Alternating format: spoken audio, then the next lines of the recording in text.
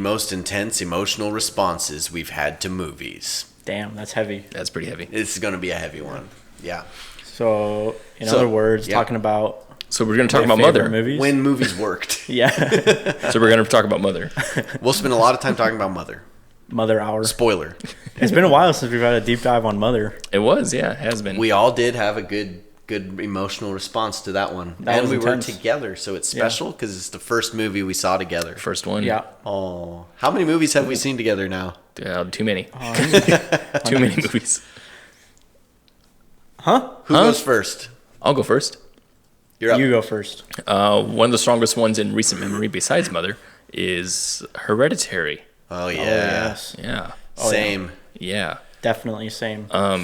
I don't like horror movies at all, and Hereditary, for some reason, it was scary for one, but there was something about it that because Ari Aster is such an interesting director, the stuff that happened on screen was so engaging, pulled me into the movie so immersively that I forgot about the scares, that it became much more. Yes. And it was just, it wasn't really just scary. transcended the genre. Yeah. Because it's at its core, it's a family drama with a horror coding. Right. And so the dramatic parts were really dramatic. Yeah. And then it brought family out tragedy. Yeah, and it brought out the scares even more. So it was like it was a lot of, it wasn't ups and downs, wasn't like a roller coaster. It was just very deep and dark and crazy dark. Yeah. Yeah, I felt it in that one. Yeah. It was funny because we went and saw that film late at night, and our intention was, well, we'll be super tired afterwards, so we'll do our review the next day. Next day, right. When we walked out of that film, we all looked at each other and were like, we have to review this movie now. Yeah. We must do it now. Yeah. And we invented an award. We did. Which we still haven't given to anything else. Nothing else. Called the Golden Helmet Award. Yeah. Yeah. For a perfect movie. Yeah, I had a strong emotional response to that as well. Yeah, it did genuinely frighten me, which is rare for a movie. There were a few nights afterwards where I kept seeing that basketball rolling. Yeah, the head. Yeah, that was oof. Yeah, around when that movie came out, I had been on a journey. I set myself out on a journey like a year before where I wanted to find a movie that scared me, like actually genuinely scared me in the same way that I would get scared, the same way that I was scared by Terminator 2 when I was like an 8-year-old kid. And like, I couldn't find anything that would do it. And then Hereditary came out and it did it for me. Like that movie really scared me. Like I was very, very unnerved by that movie, genuinely. Not even like, I don't think I jumped at any point during the movie. No, it just felt bad. But it was scary. Yeah. It's like an ambient fear. Yeah. It's like just a thick atmosphere of evil. Yeah. It just coated that whole movie, running through every scene, every shot is just like this just so heavy, this heavy unsettling nature to it. Unsettling, that's the word. Yeah. Yeah. Like I like the way Ari Aster just describes it, how he like wanted to make a movie that just felt evil, where like there's always, and then knowing the full context of the story too, and the spoilers that they're all kind of being puppeteered. Every character is being kind of puppeteered by evil demons lurking in the shadows. Yeah, and you can feel that. Yeah, it's really freaky. And because it's so rooted in a down to earth family dynamic, you lose track of the supernatural aspect. Oh yeah, right. And I'd say for at least the first half of the movie, you're not buying into the supernatural as being a literal thing. Yeah, right. It's like you gradually start to grasp that this is real. Yeah, the evil magic is real. Yeah, and it's not like it's not just another supernatural movie. Yeah, it's like you said, you start to feel it, and you're just like, oof. Right. It's not, the movie doesn't tell you up front that it's real. Right. It is. It makes a believer out of you. Exactly. Yeah. And that's like, man, that's scary. By the end, you're questioning which side you should be on. Right. Yeah. You're like, oh man, I should be worshiping Payman with them. Yeah, I'd be better off. They're right. Yeah. Payman became part of our inside lore here. Yeah. We went way were hard probably influenced by that film. It's probably the only film that has influenced us as much as Mother. Yeah. Yeah. Yeah. What about you? I'll do one that you had mentioned too, which is Dark Knight. Oh yeah. So going into my experience with that film, seeing it the first time, it was a midnight screening at a theater in St. George, Utah, which is a small southern Utah desert town that my brother and I were passing through on a road trip. It's also like the only theater in St. George, and it was opening night. My brother and I had seen all the Nolan films, and so we were psyched already going in, but this audience was pumped, like a pumped up audience of people who haven't seen this movie before. And that film just grabs you so intensely from the first scene. Yeah. Like the first scene of The Dark Knight is good enough to be a climax in any other movie. It is. That's true. It's like probably one of the best short films I've ever seen. Is that opening scene? And there were so many moments, the disappearing pencil trick. I remember the whole audience, all of us just went, oh, the semi truck flipping over. The semi truck So was the cool. insane part. That was the emotional part for me. Yeah, and then feeling like the film was over, and then having this whole nother act with the bomb on the boat at the end. Yeah. It's just like it just kept getting better and better. And when that movie ended, my brother and I were like, we cannot go to bed right now. Like there was just no way we could go to sleep. It was 3 a.m. and we're just like, Denny's, we must decompress, because we had never seen anything like it. Yeah. With Batman Begins, we saw a movie that I think transcended the comic book genre. Right. And then this outdid that. Yeah. Like we were already saying, Christopher Nolan has reinvented the comic book movie. Right. With this movie, he elevated it to like Godfather He level. did. Yeah. Well, he brought Batman into the scope of knowing for me. Like I'd never been connected ever with those DC heroes or anything like that. Mm-hmm. And Batman Begins was a movie that I had heard about, but had only watched like it as a DVD one time. And when Dark Knight came out and watched it, it was that Batman became a thing for me. I was like, holy crap, this is an icon. I need to learn more about this whole world and everything. Yeah, that character. Yeah. I think the biggest feat that he achieved, which he like started with in Batman Begins, was making a believable world with such an outlandish character. And then he you were talking about how he's elevating the comic book genre. It's almost as if in The Dark Knight he abandons the genre entirely. Almost entirely. Yeah, but I think it's because in the first movie he crossed that bridge so that we believed these characters could exist in the real world. Yes. And now that they were playing in the real world, You we can could take it a make step a real farther. world movie. Yeah. Right. So it's amazing that he made Batman completely believable in a very, very realistic setting. Like it is literally just Chicago, Right. Yeah.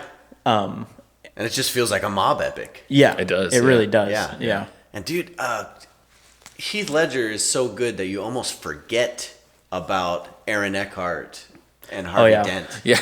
He's so freaking great. Heath Ledger casts a shadow over the entire movie. Yeah. Yeah. Like his legacy, because he died before the movie came out, just amplified and already, even if he didn't die, that performance is absolutely incredible. Yeah. And like one of the best ever. Yeah.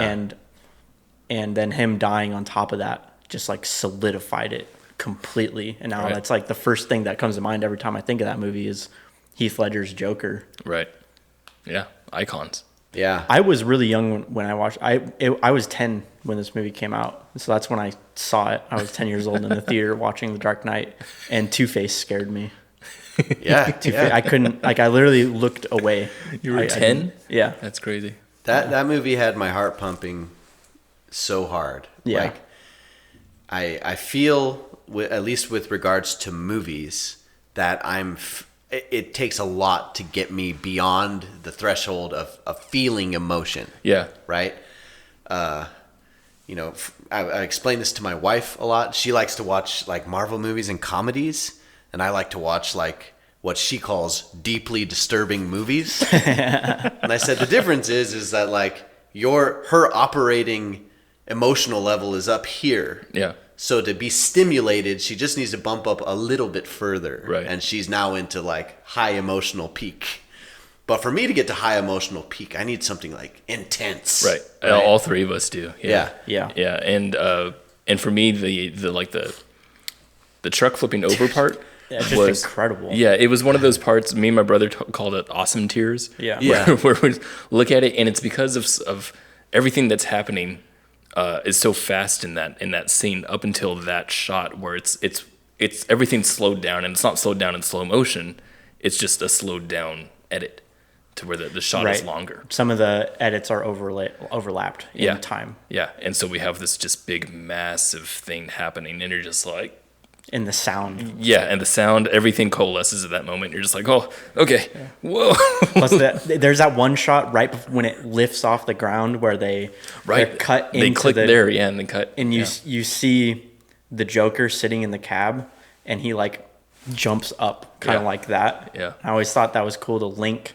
Just a quick reminder that the Joker is in this as it's flipping over. Right. Which is really cool. There's a lot of moments in that movie that are just small moments that blew me away. One is when the cop comes up to the truck of to the window of the semi truck, and the Joker pops out and shoots him with a shotgun. Yeah. Yeah. So that just shocked me so much. Yeah. All these little in the scope of that movie, they're small. Yeah. But in any other movie, they would have been like blow you away moments. Right. Yeah. That's interesting. Wow. Yeah. Or when the chase scene that's going through like a parking structure or tunnel. Yeah. And they have the armored vehicle and the van with the machine gun, and they're shooting, each other as they're driving. Slaughter on there. Yeah, that was nuts. The fake Batman hitting the window. That terrified me. Yeah. That made me jump so hard. Yeah. When I first saw it. The end of The Dark Knight is really what gets me a lot of the times watching it all the way through, when Commissioner Gordon is monologuing about the watchful protector and all that. Hero we need. Hero we deserve but not need right now, or something like that, or opposite. Something like that. Something. So it sounded awesome. And that over on top of Batman escaping and going up the freeway, and then climaxing, and then Dark Knight, and then the music kicks in. It's just like my heart's just going. I'm like, I'm gonna have a heart attack because it was just so emotional. Yeah. Yeah, like he finished the movie with a second climax. Yeah, Right. Like it ended with the highest point. Right. Yeah. You're like, It's like the action. There's like the action climax and then the emotional climax. Right. At the very end. Yeah. Yeah, man. Whoa. How about you? There's so many movies. All my favorite movies pretty much fall into that category of making me like really affecting me emotionally. So it's hard to just pick one. We all went with recent memory. Yeah, with recent memory. I guess Dark Knight's not recent memory, but feels recent to me. it does. Yeah. You know, Us old guys. We'll say that the Tens decade, Mad Max Fury Road comes to mind. Good choice. That's a good one. That one blew me away. Yeah. Again, Absolutely it's like blew me away. visuals that you've just never even could have imagined. Yeah, and executed perfectly. Yeah, absolutely. That's that movie got me really interested in well done action movies. Yeah. I'd never seen. I mean, obviously, I had seen some well done action movies, but I never thought about an action movie as like Oscar worthy. That could be an art film too. Yeah, or like until that one it's came. like a highbrow action. It is. movie. It's a highbrow action. Yeah. Yeah. There were so many. I love like ridiculous set pieces. Yeah. That's why I like That's Terry just Gilliam one big movies are a big favorite for me, because you see these just ridiculous things. And you make things that just seem physically impossible visualized, and you're like, what? And in that film, they kept upping it, like just like the location, the crazy top of the mountain place where the masked guy lived and all that. It just kept getting crazier and crazier and crazier. But the moment you saw the attack vehicle with the electric guitar guy on the front. Yeah. With the flames. With the blowing up flamethrower, and yeah, everything. I had a geekasm. I mean, just lost my mind. I was like, that's cinema nirvana right there. Yeah. That's my absolute favorite. Love that. And just so well executed. Like I was watching just the other day, I was watching a making of that movie, and they said that the way they developed the story, because it had been in development for a long time, like a decade, trying to get this movie made or whatever. And Oof. Can you imagine if it was made 10 years earlier? oh, it would. Oh my goodness, it's so great that it was made when it was made. Yeah. But they storyboarded every single shot. But that's how they wrote the movie. Mm-hmm. They storyboarded it first. The entire thing. Yeah. Oh, that's how they wrote it. Scripting it. That's they didn't awesome. have a screenplay. They literally wrote. Yes, that's why it's so visual. That's why it's good. Yeah. They wrote a graphic novel essentially. That's amazing. Yeah, and then they showed some of these storyboards, and then cut to the shot itself, and they're identical. Like that's what's amazing about it is the direction that is being done here. Because when you're watching it and you don't know exactly how it's all made, you think, oh well, they're just shooting some action scenes in the desert, you know. Right. But everything is meticulously placed and designed in such a way to push a story forward with action and minimal dialogue. The thing that wasn't done in Cats. You can feel it, man. You can feel all the planning and the meticulous stuff that goes into it. It's astounding how little dialogue is in that movie. Yeah, it's little. really good at visual storytelling. Yeah. And even sound storytelling too. A lot of it. Also, the use of CG. That's probably my favorite use of CG almost ever. Yeah, they have a ton of matte painting stuff in there. Yeah, all the background replacement stuff. Very well blended. Yeah, you just don't realize can't even tell. The sandstorm is probably my favorite matte painting. That's insane. Yeah. Oh my goodness. I love that. Love it. Like there was just one shot where this big monster truck like flips over, and they showed the raw shot, and in the raw shot, like every shot in the movie was filmed with like 20 cameras, so they got all the angles.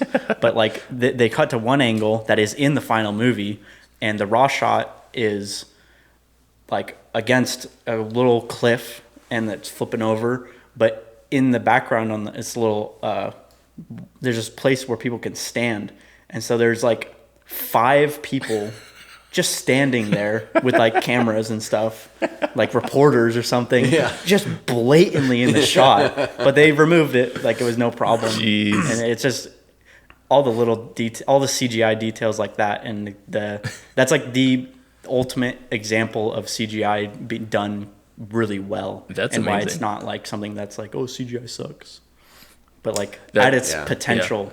Yeah, that's a big thing pretty in I think YouTube.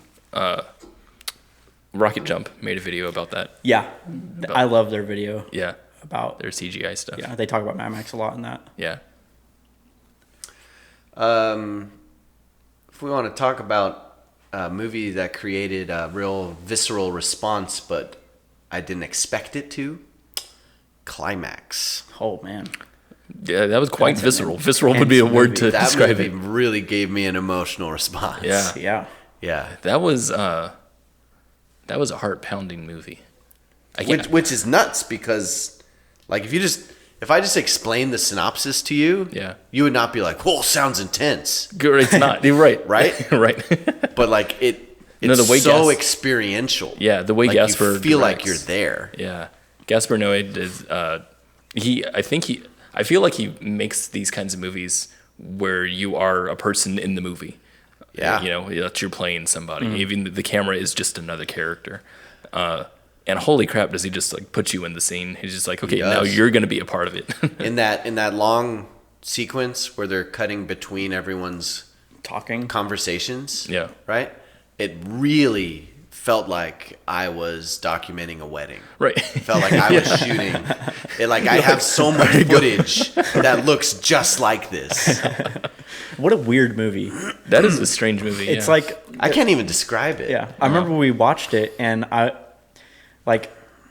was so worried.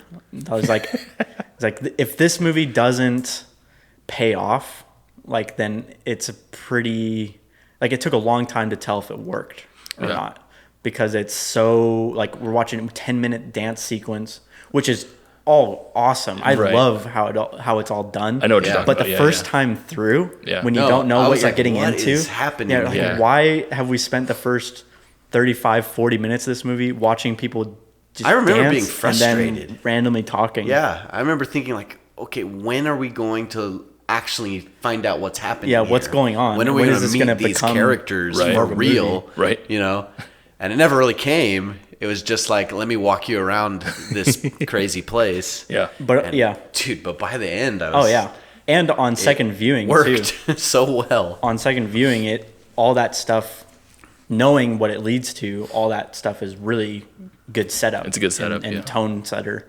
I'll tell you, funny enough, my emotional climax in that movie was the title reveal.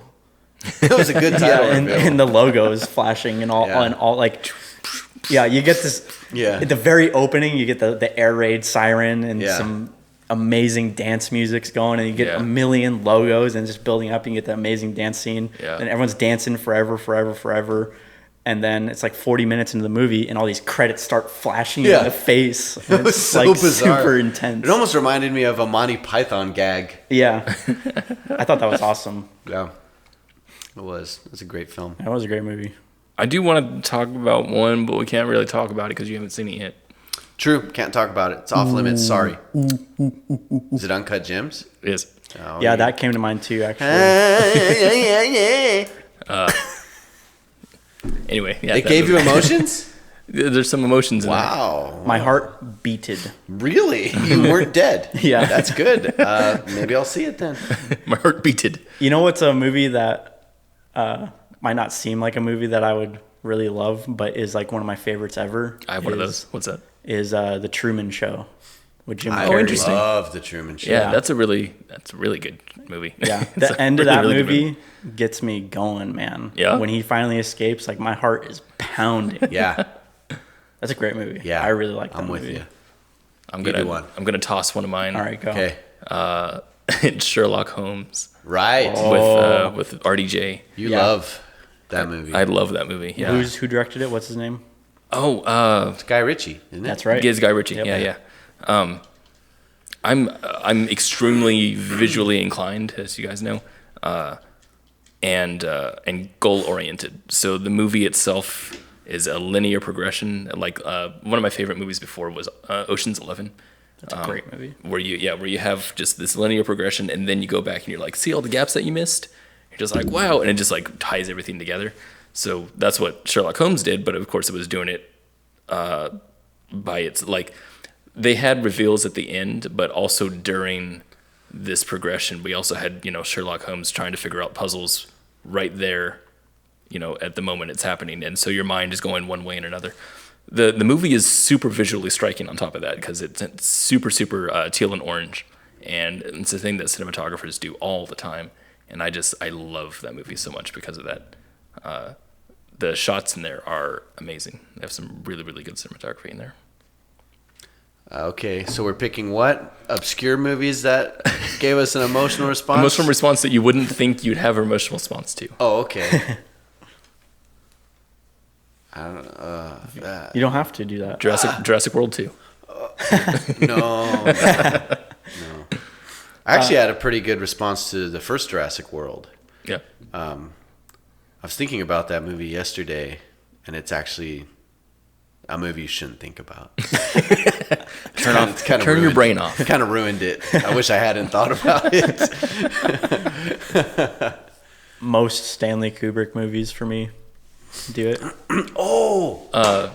Every David Lynch movie. For me, it's every Darren Aronofsky movie. Oh yeah. Especially freaking Requiem for a Dream. That's probably I still one haven't of the seen most Requiem. intense film experiences I've ever had. Yeah, I still haven't seen. He hasn't seen it. Dream. I have, but it's been a long time. Yeah, watch Requiem. Man, it's so good. Strong emotional response. Oh, and The Wrestler. Freaking The Wrestler. I love The Wrestler quite a lot. Oh, speaking of The Wrestler, did either of you see Warriors with Tom Hardy? No. But I saw Noah. Jake talks about that movie all the time. That movie's awesome. Yeah, sports movie, right? Yeah, boxing. It's like MMA. MMA. Yeah, Yeah, that movie gave me an emotional response. yeah. The theater I saw it in, like that was an amazing theater experience because I was in New York, and the theater was full, and everyone was totally bought into it. I love that. And towards the end, there's a match, and people were just cheering as if they were live watching awesome. it. People were clapping and yelling and rooting. It was Okay, awesome. so that reminds me of something, and it's just to get a little.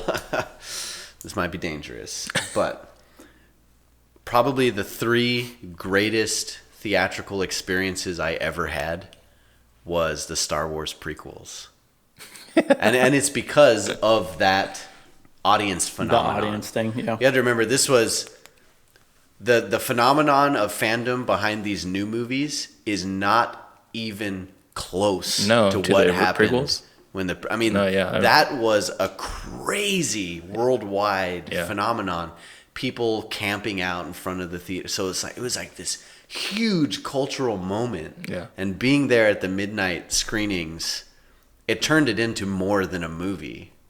It was an event. It's an event, and yeah. it was awesome. I have an event kind of like that, but it didn't give me the emotional response because I just don't like gatherings. I don't like people. I don't like people. Harry Potter, number 5 and up. But I think the last 2 were the ones that got the most. It was the first time I'd ever seen a line wrap around the building and go into the parking lot. Yeah. It was like, and people camping out also. I'd never seen that before in a movie theater. And people like dressed up and inside the theater, like yelling at the screen and stuff, like in just excitement. And I had that for the third, for Return of the King. Oh, yeah. Yeah. So that was the year I got married, and it came out while Amber and I were on our honeymoon. And so we went to a theater in Orlando, big old line, people wearing elf ears and all that kind of stuff. And dude, it was awesome. I had never read the books at that point, so I had no idea how it ended. Yeah. And when Frodo puts the ring on at the end, he's like, "The ring is mine." Like, people in the audience were like, "No!" Like, it was crazy. That's incredible. Yeah. That's awesome. Yeah. Here's a funny one. The first Transformers movie. Dude, that was awesome. I was going to say, that's a pretty good one. When that was one of the first times I went to a movie in the theater where it was an event like that, where literally the line for the box office was all the way into the parking lot to the dumpster of the theater, Yeah. And I remember waiting in that line all the way through and going up. Theater's packed, and it felt like everyone was losing their minds the whole time. Like, that was so also fun. the first time that they extended the screenings into Thursday. Oh yeah. Oh, yeah. So it used to be Friday was when movies came out, and then they started the phenomenon of the midnight screening, because that was still as soon as it hit midnight, it was Friday, so you could start it. See it. Right. Then they started putting it earlier and earlier, and Yeah. now Thursday just became it's just came out on Thursday. Thursday. Yeah. And that was fun. That was so fun when right when midnight screenings were a thing, because it was an event, and it was like there weren't a million time slots to get in. So the people who were in were like really hardcore excited for it. Yeah. You know why there weren't a million time slots? It's because there were 20 other movies that were out that people were watching and were making money. Yeah. Now that's not a thing. It's like a movie theater's happy to put Star Wars in every single Yeah, because it'll sell. Because they're like, we don't need all those other movies. Yeah. We don't need anymore. variety. We just need one big one Yeah. to make a bunch of money So off like, I don't think that's ever going to happen again. That's what Martin Scorsese's interesting. whole argument against Marvel is. Yeah. Is saying that these huge tentpole movies take up. He's not saying there's anything wrong with them, but that they take up space of different experiences in a theater. That's interesting because thinking about emotional responses, Marvel doesn't have anywhere. None, not even close. No, even the highest points. Yeah. So like Endgame. Yeah. You know, I Am Iron Man moment. Sure. And Captain America grabbing the hammer. Yeah. Those were both cool. Absolutely. You know, and they both made me kind of go, yeah. Yeah, but it that was doesn't hold a candle Yeah. to the kind of To any- experiences like Dark we were Knight having or- 10 years ago. Yeah. No. Or any of the movies we've talked about today so far. Yeah. It's like not even close. If we're talking about any movie, Any movie. Valse gave me a very emotional response. That's Yeah. the one with the Where's that? snails? The snail, yeah. I That think- short film? That short film. I think it's a really cool short film, but I Yeah. don't get why the... Again, it's a cinematography thing. It's just because the visuals are so cool. It's super striking to me. Yeah. It is striking. Yeah. I think what it is, it's the idea of the most reductionist view of a relationship. That's interesting. But it Yeah. ends with a gimmicky joke. Yeah, I don't care about it. Like, I felt like The, that the cheapened guy it who made almost. that would be very flattered Yeah. that Yeah. you mentioned I'm his sure- short film in the same breath as The Dark Knight. It's Hereditary and Dark Knight. Hereditary. right. It did. They give me that. We that kind of should thing. try to email him this episode. I actually tweeted him about the CG in the snails. He said there was no CG. yeah, right. Yeah, that was all that. I thought that was pretty cool. It was cool It- that he answered me. It's really cool. We should tweet this at him. He will be honored. Yeah, I definitely made it. To that whole event emotional experience, that heightened movie experience, I believe that is still a thing in these very select places. So like when Disney comes out with a tent pole, the first thing they do is a run at the El Capitan in Hollywood, where the tickets cost like 4 times as much, but you go in and there's a pre-show and there's like a little museum whole of thing. props and things like that. That's cool. Like, I think those things are out there, but you have to like find it and pay for it Yeah. now. You'd have to go to LA. Yeah, yeah. Well, and also, Endgame was that, but That's true. We just happened to not like it that much. Well, no, we didn't see it release day though. No, but our theater was still pretty. Was it? The guy next to me was I don't crying. even remember. He was literally sobbing at the end.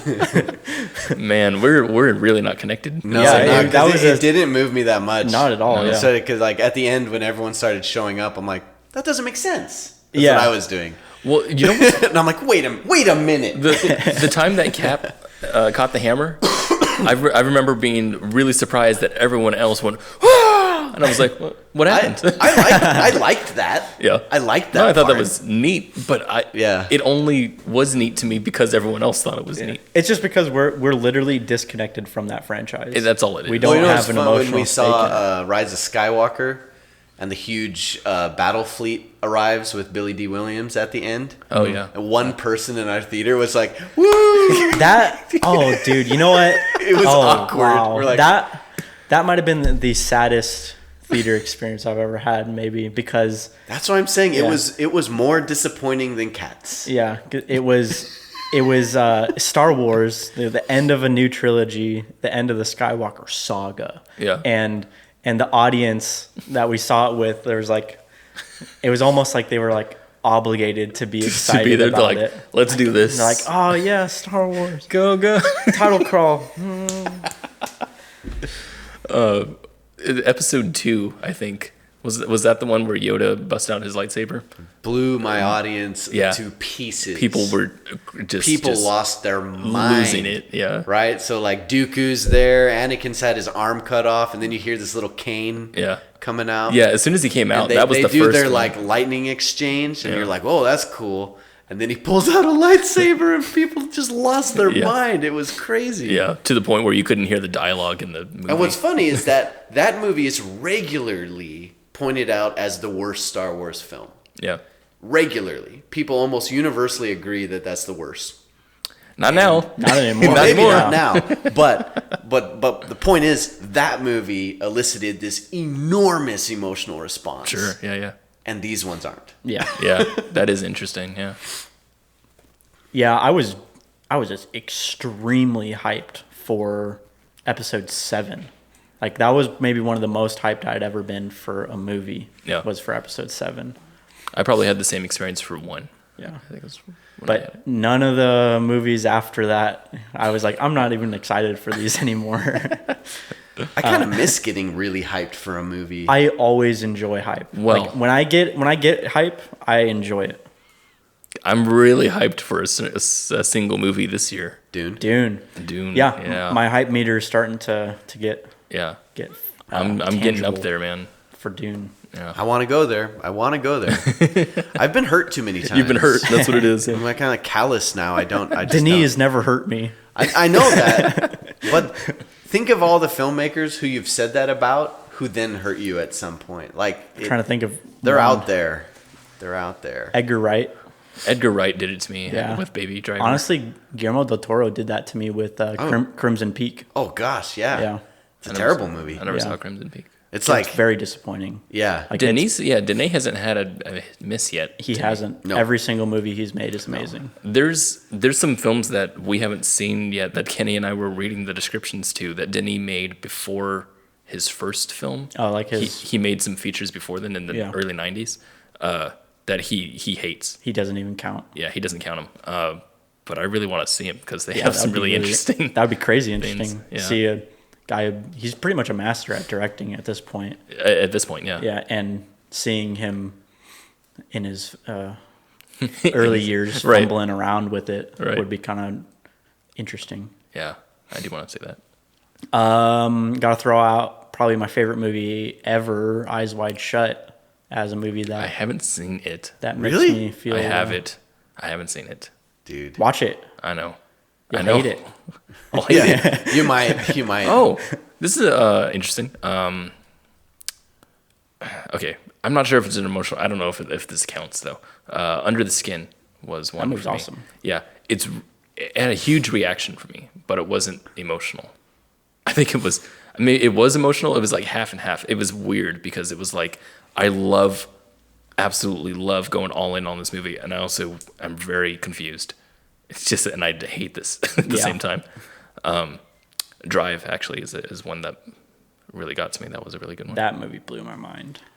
So for me, another obscure weird one is a documentary called Samsara, Oh yeah, you told me about that. Yeah. which is an all visual documentary. Yeah. Real footage, real places, real people doing things. Really almost a tone poem Yeah. dedicated to a central theme. I have another one. And It's amazing. Yeah. it's awesome. Yeah, Kenny showed it to me. Yeah, It's I need to awesome. watch that. It's like you know when you go to Best Buy and you see the TVs on display. It's that. So that's what Senna was to me, which is that racing documentary, and I still feel like you both need to watch that too. I haven't seen that. Yeah, I think I would like it. Ron Frick is the Okay, director so I need to add Samsara to my of list. Samsara. He made another documentary very similar to that, another feature length one called Baraka, which is an You told me about Arabic that, too. word for the blessing, Yeah. and it's about gratitude. Interesting. And again, it's all just this incredible footage of things you just didn't know existed Yeah, that tell their own story with no words at all. that's awesome. Yeah, it's only emotional response. Right. It's the only thing. Right. if I can go into a movie like that, like the third and the seventh. Yeah. That's a cool movie. Yeah, that's also one that got me at my core. I can go into that full fledged and just not have a problem with it at all. Yeah. There's zero narrative. Yeah. It's just amazing. What kind of pizza is an emotional movie? Best ever. Yeah. The greatest Best pizza you've you ever can had. get. Yeah. What's a pizza that gave you an emotional response? All right, with that, I kind of need to go, so let's wrap up. Buffalo chicken deep dish at BJ's. Oh, very nice. One more movie thrown out there. Inland Empire. David Lynch. Woo! David Lynch does not belong in this. Okay, when we saw David Lynch, what was the one? Eraserhead. The Razorhead. Woo! The Razorhead Love was Eraserhead. That movie's was fucked pretty up. crazy. Yeah, That movie's amazing. that was insane. So great. Yeah. Okay, with that, Goodbye. goodbye. See you.